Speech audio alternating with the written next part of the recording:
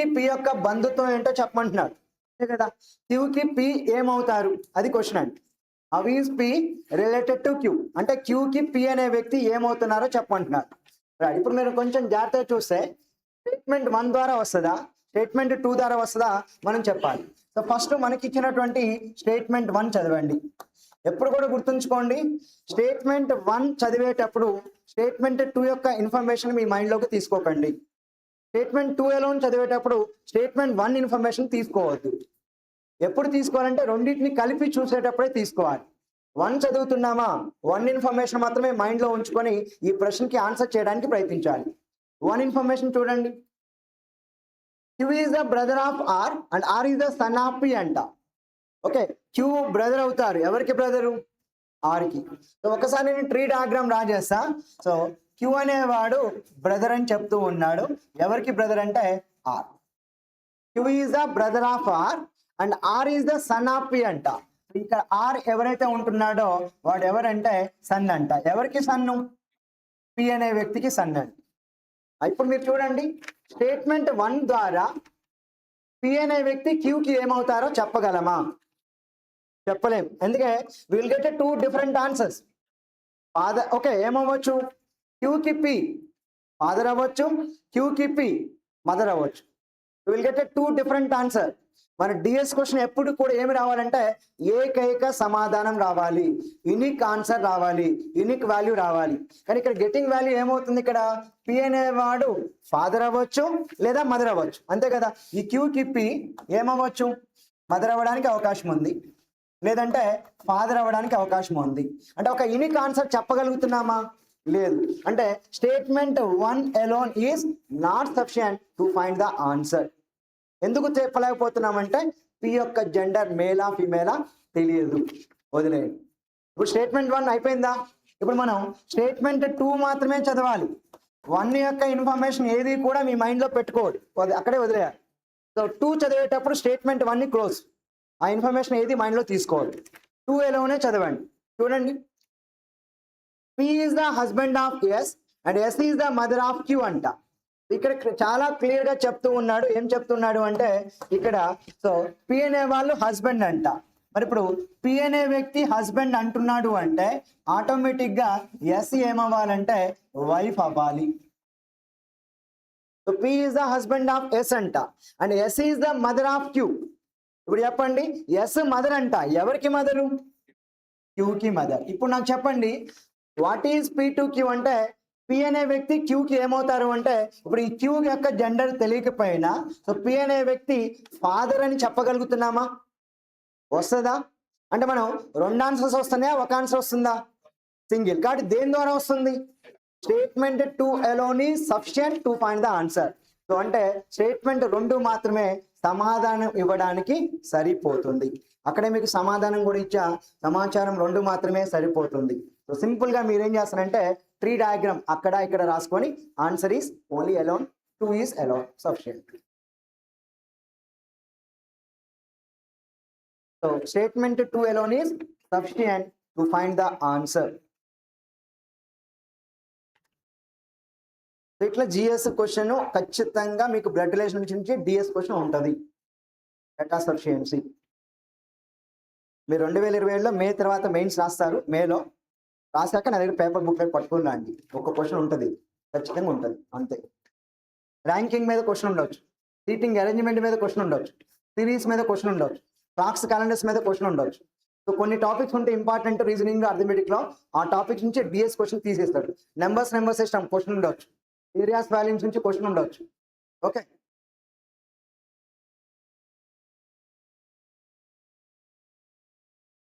Second question చదవండి.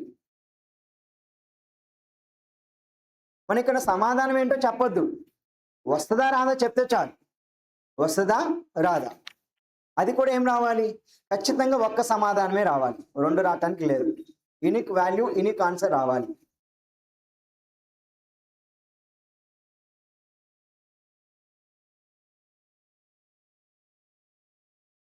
Second question చదవండి. How is P related to Q అంట. మళ్ళీ statement 1 statement 2. P is the brother of R who is the daughter of Q అంట. Statement 1. Statement 2 Q has only 2 children, R and S, and also P is married to S అంట. ఇప్పుడు చూడండి 1 alone తో వస్తుందా 2 alone తో వస్తుందా చూడండి. అలా రానప్పుడు రెండింటిని కలిపి చూడాలి.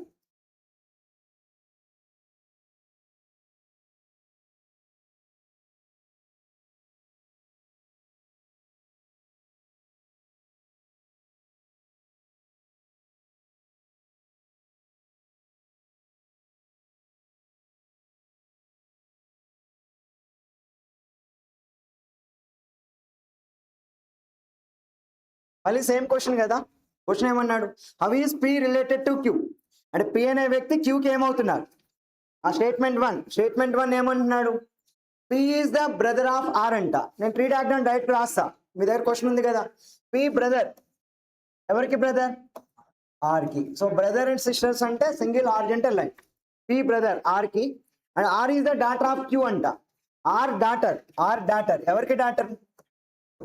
ఇప్పుడు చెప్పండి, క్యూ జెండర్ తెలుసా, తెలియదు. తెలియకపోయినా పి అనే వాళ్ళు క్యూకి ఏమవుతారు అంటే, ఒక్కసారి జాగ్రత్త చూడండి, ఈ క్యూకి ఆర్ డాటర్, ఈ క్యూకి పి సన్ అవుతారు. మరి ఆన్సర్ యూనిక్ ఆన్సర్ వచ్చిందా, 2 ఆన్సర్స్ వచ్చాయా, ఏకైక సమాధానం వచ్చిందా లేదా, వచ్చింది. అంటే ఇక్కడ ఈ క్యూ అనే వ్యక్తికి పి అనేవాడు ఏమవుతాడు అంటే సింపుల్ గా సన్ అవుతాడని చెప్తున్నాం. మరి సన్ అవుతాడని వచ్చినప్పుడు ఏకైక సమాధానం వచ్చినట్టే కదా. So what is the right answer for the given question. Statement 1 alone is sufficient to find the answer. So statement 1 alone is sufficient. So statement 1 మాత్రమే సమాధానం ఇవ్వడానికి సరిపోతుంది. ఇక మీరు 2 చూడాల్సిన అవసరం లేదు, అయిపోయింది ఆన్సర్. ఒకవేళ ఆప్షన్లో ఎలోన్ ఎయిదర్ అనే ఆన్సర్ ఉందనుకోండి, అప్పుడు 2 కూడా చూడాలి. ఎయిదర్ అనే ఆన్సర్ ఉంటాయి, కానీ ఇక్కడ మన ఎస్ఐ ఎగ్జామ్లో ఎయిదర్ అనే ఆప్షన్స్ ఇవ్వట్లేదు. ఒకవేళ ఇస్తే 2 కూడా చూడాలి. నేను అలా ఇవ్వలేదు, ఇది ఓన్లీ 1తో వచ్చేటట్టుగానే ఇచ్చాను. మీరు 2 చదవచ్చు. థర్డ్ క్వశ్చన్, సెకండ్ చూద్దామా. ట్రీ డయాగ్రామ్ అంటే సెకండ్ దాన్ని చూద్దాం. స్టేట్మెంట్ 2, నేను స్టేట్మెంట్ 1తో ఆన్సర్ వచ్చినప్పుడు స్టేట్మెంట్ 2 చదవాల్సిన అవసరం లేదు, 1తో రానప్పుడే 2 చదవాలి. కానీ ఇక్కడ స్టేట్మెంట్ 2 కూడా ఒక్కసారి చూద్దాం. స్టేట్మెంట్ 2 కూడా ఒకసారి చూద్దామండి. సో ఏమన్నాడు statement 2, Q has only 2 children, R and S. చూడండి, ఈ క్యూ ఉన్నారు కదా, క్యూకి ఇద్దరు చిల్డ్రన్ ఉన్నారు, R S. And also P married to S అంట. పి మ్యారీడ్ టు ఎస్ అంటే ఇక్కడ పి అనే వాళ్ళు ఎవరిని మ్యారేజ్ చేసుకున్నారు, ఎస్ ని మ్యారేజ్ చేసుకున్నారు. అసలు ఇక్కడ జెండర్ క్లారిటీ లేదు కదా. జెండర్ క్లారిటీ ఉందా, లేదు. కాబట్టి మనం ఖచ్చితంగా సమాధానం, ఏకైక సమాధానం చెప్పలేము, అయిపోయింది. సో 2 alone కాదు. ఓకేనమ్మా. థర్డ్ క్వశ్చన్ నా,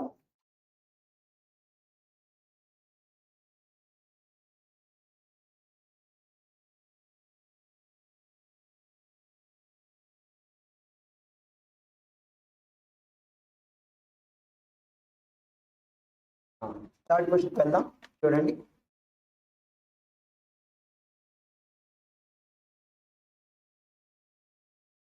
is MA sister of N అంట. అంటే వాడు ఏమన్నాడంటే, ఎం అనే వాళ్ళు ఉన్నారు కదా, వాళ్ళు ఏమన్నాడు, ఎస్కి సిస్టర్ అవుతుందా. ఎప్పుడైతే క్వశ్చన్ ఈజ్ యామ్తో స్టార్ట్ అవుతుందో మీ ఆన్సర్ ఎస్ ఆర్ నో ఉండాలి. డేటా సఫిషియన్సీలో మీ ఆన్సర్ ఎస్ ఆర్ నో ఉంటే చాలు, 2 ఉండకూడదు, ఏదో ఒకటే ఉండాలి. Is M is a sister of N ఏమన్నాడు, ఎస్ అంట, అంతేగా. N is M is a sister of N అంటే ఎం అనే వ్యక్తి ఉన్నారు కదా, ఆమె ఎన్కి సిస్టర్ అవుతుందా అన్నాడు. క్వశ్చన్ అయితే అవుతుందని రావాలి, కాదు అంటే కాదని చెప్పాలి. మన సమాధానం అది అవుతుందా, అంతే. సో స్టేట్మెంట్ 1 చూడండి. Statement 1, M is the father of A and B. అక్కడ ఎక్కడ కూడా ఎన్ లేడు కదా, కాబట్టి 1 ఎలోన్స్ ఆన్సర్ వస్తుందా. సెకండ్ 1 చూడండి, M is the second 1 M is father. So first 1 N is sister. So N ఏమవుతుందంటే సిస్టర్ అంట. ఎవరికి సిస్టరు, ఫస్ట్ స్టేట్మెంట్లో ఎన్ సిస్టర్. ఎన్ సిస్టర్ కానీ ఎమ్ సిస్టరో బ్రదరో తెలియదు, ఎందుకంటే ఎం జెండర్ తెలుసా, తెలియదు. కాబట్టి ఇక్కడ we will get 2 different answer. అంటే స్టేట్మెంట్ 1 అలోన్ నాట్ సఫిషియెంట్. మనం ఎస్ అని కానీ నో అని కానీ చెప్పలేము, ఎందుకంటే ఎం జెండర్ లేదు కదా. Okay, statement 2. స్టేట్మెంట్ 2 చూడండి. M is father of A and B. Very good, ఇక్కడ ఎక్సలెంట్ గా ఉంది. ఇక్కడ ఎం ఫాదర్ అంట. ఎం ఫాదర్ ఎవరికి ఫాదరు? ఏ కామా బిలకి ఫాదరు. మరి ఎం ఫాదర్ అంటే ఇక్కడ ఎం అనే పర్సన్ ఏమవుతాడు? మేల్. ఒక మేల్ పర్సన్ సిస్టర్ అయ్యే అవకాశం ఉందా? కాబట్టి అప్పుడు మన సమాధానం ఏంటి? M is not a sister of N అని రాయొచ్చు. మీ ఆన్సర్ నో అని వస్తుందా రాదా? Is M is a sister of N అంట. ఎమ్ మేల్ అయినప్పుడు సిస్టర్ కాదు అని చెప్పొచ్చు కదా. కాబట్టి ఆన్సర్ వచ్చేసిందిగా statement 2 alone. Sir simple logic, M male, M sister అవుతాడా? కాదు. మన ఆన్సర్ ఏంటి? నో. అయిపోయింది. But answer statement 2 alone is sufficient. Statement 2 alone sufficient.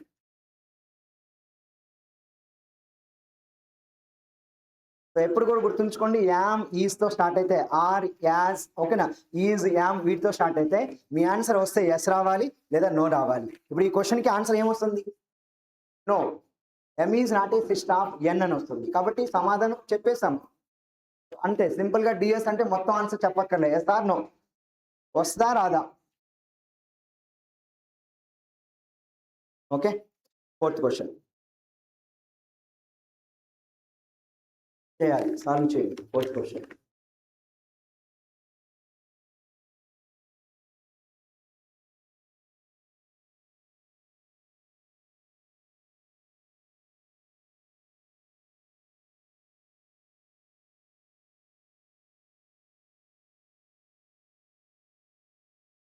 Fourth question.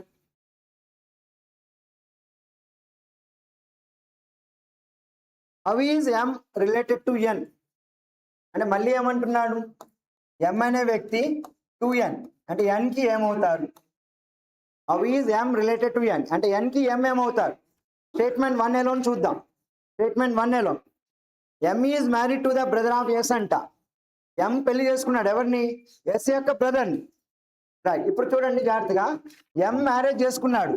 ఎవరిని మ్యారేజ్ చేసుకున్నాడంటే ఎస్కి ఒక బ్రదర్ ఉన్నాడంట. ఆ బ్రదర్ని మ్యారేజ్ చేసుకున్నాడు. So what? సో ఎం ఎస్కి యొక్క బ్రదర్ని మ్యారేజ్ చేసుకున్నాడంటే డెఫినెట్గా ఎం ఏమై ఉంటారు? ఫీమేల్. కానీ క్వశ్చన్ ఏంటి? ఎన్కి ఎం ఏమవుతారు? అసలు ఎన్ ఉన్నాడా? లేదు. మరి ఎన్ లేనప్పుడు స్టేట్మెంట్ 1 అలోన్తో ఆన్సర్ వస్తుందా? రాదు. ఇప్పుడు 2 చదివేటప్పుడు ఆ ఇన్ఫర్మేషన్ తీసుకోవద్దు, ఓన్లీ 2నే చూడండి. ఇప్పుడు 2, N is the only son of K and K is the mother of M అంట. ఎన్ ఒకే ఒక కొడుకు. ఎవరికి కొడుకు? కేకి. And K is the mother. అంటే ఇక్కడ సింపుల్ గా మనం ఏం చెప్పొచ్చు అంటే N is the only son of K. N అనేవాడు కే యొక్క ఏకైక కొడుకు. Now K is the mother of M. So K ఎవరంటే మదర్ అంట. ఎవరికి మదరు? ఎంకి.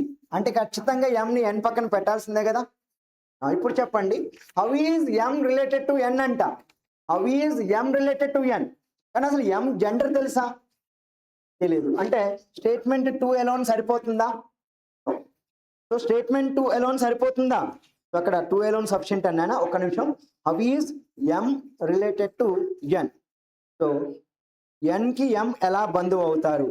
ఎంకి తల్లి అయిన కేకి ఎన్ ఏకైక కుమారుడు. అక్కడ స్టేట్మెంట్ 2 మాత్రమే సరిపోతుందని ఇచ్చా. I hope that is wrong అనుకుంటా. రాంగ్. ఎందుకు రాంగ్? స్టేట్మెంట్ 2 ఎందుకు సరిపోద్ది? జెండర్ తెలుసా? తెలియదు కదా. కాబట్టి ఇక్కడ స్టేట్మెంట్ 2 అక్కడ తప్పబడ్డది. నేను సరి చేస్తాను. ఇప్పుడు నేను సరి చేస్తాను. ఒక్కొక్క నిమిషం. Okay okay, right, very good, right right. Sorry, only sun అన్నాడు కాబట్టి వీళ్ళు ఫిమేల్ అయిపోయింది. సో ఆన్సర్ ఈస్ 2 కరెక్టే. సారీ, నేను ఓన్లీ సన్ చదవలేదు. So N is the only son of K. N ఒకే ఒక కొడుకు. అంటే ఎం కొడుకు అవ్వడు కదా, కూతురు. కాబట్టి ఇప్పుడు చెప్పండి, ఈ ఎన్కి ఎం ఏమవుతారు అంటే ఏమవుతారని చెప్పొచ్చు? సిస్టర్. కాబట్టి ఆన్సర్ ఏంటంటే so 2 alone is correct answer. Correct sir, only చదవలేదు. అయిపోయింది. 4th question only 2 substitute. ఓకేనా? ఎం ఒకే ఒక కొడుకు అంటే ఎం ఆటోమేటిక్గా కూతురు అవుతారు. అందువల్ల సిస్టర్ అని చెప్పవచ్చు. 5th question. ఈ యొక్క ప్రెజర్ని మీరు బ్లడ్ రిలేషన్ మీద పెట్టకండి, ఇది చిన్నగా ప్రాక్టీస్ చేయండి. టాపిక్ని చిన్నగా ప్రాక్టీస్ చేయండి. నేను మీకు ఇవాళ చాలా క్వశ్చన్స్ మీకు పీడిఎఫ్ పెట్టమని చెప్పాను. ఈ రోజే ప్రింట్ తీసుకొని ప్రాక్టీస్ మొదలు పెట్టండి. దాదాపుగా మీకు 250 పైన ప్రశ్నలు అందులో ఉన్నాయి. వాటిని మీరు ప్రాక్టీస్ చేయాలి, బీఆర్ క్వశ్చన్స్. ఈ రోజు నేను పీడిఎఫ్ ఇప్పుడు వచ్చిన అబ్బాయి పెట్టేస్తాడు, ఇచ్చేసి వచ్చాను. ఓకేనా? సో పీడిఎఫ్ ఆఫ్టర్నూన్ మన క్లాస్ అయిపోయే వరకు మీకు వస్తుంది. సో ప్రింట్ తీసుకోండి. మహా అంటే నాకు తెలిసి మీకు 10 రూపాయలు అవుతాయి. 10 పేజీలు. పేజీ రూపాయి కంటే ఎక్కువ ఉండదుగా. ప్రింట్ తీసుకొని కీ కూడా వచ్చింది అందులోని. కీ లాస్ట్లో ఉన్నది. ఆ కీ చూసుకోకుండా ముందు ఆన్సర్ చేశాకే కీ చెక్ చేయండి. సో రాని క్వశ్చన్ ఏదైనా ఉంటే డౌట్ అడగండి, పక్క ఫ్రెండ్ని అడగండి, మీరు మళ్ళీ ప్రయత్నించండి. ఓకేనా?